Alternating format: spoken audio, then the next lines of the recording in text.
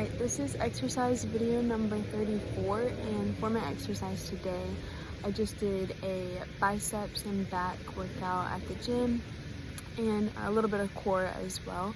So I did bench press, isometric curls, face pulls, and just some simple core exercises like crunches and a plank, and just stuff like that.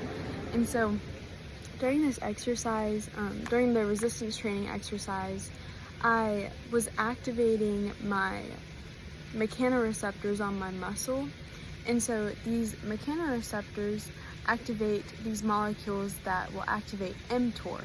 And mTOR is the master regulator of protein synthesis. And so what this essentially means is whenever I was resistance training with, like, for example, the isometric dumbbell curls, my mechanoreceptors on my muscle sensed that contraction whenever I would contract, like my bicep, for example. And so my mechanoreceptors would activate these molecules that go and activate mTOR. And mTOR, within minutes of sensing that contraction, is going to be activated, and then mTOR within hours will have protein synthesis because of that mTOR activation. And then within weeks, I will see muscle hypertrophy.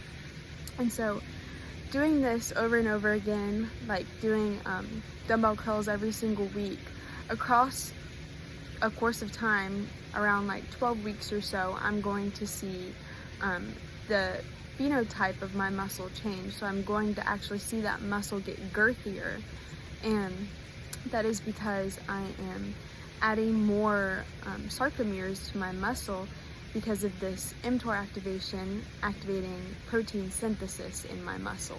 And this protein synthesis is pretty much whenever we generate more nuclei in the muscle, and this is because of something called increasing the myonuclear domain. It's improved by activating the satellite cells, which are stem cells. They're undifferentiated cells that will generate more nuclei in my muscle in order for more protein synthesis to occur, because DNA is pretty much just the code for protein.